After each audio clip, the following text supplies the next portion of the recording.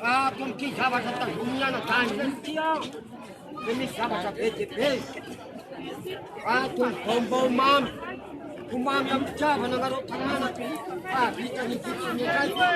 Indrindra fa vao ray aman-dreny miafy ao. Faharoa fandraika. Ato misy aboky. Ambara amintsika manambara fa amboly fa plasy tena tsara. Milano dia hoe rano mankisikisy anarana.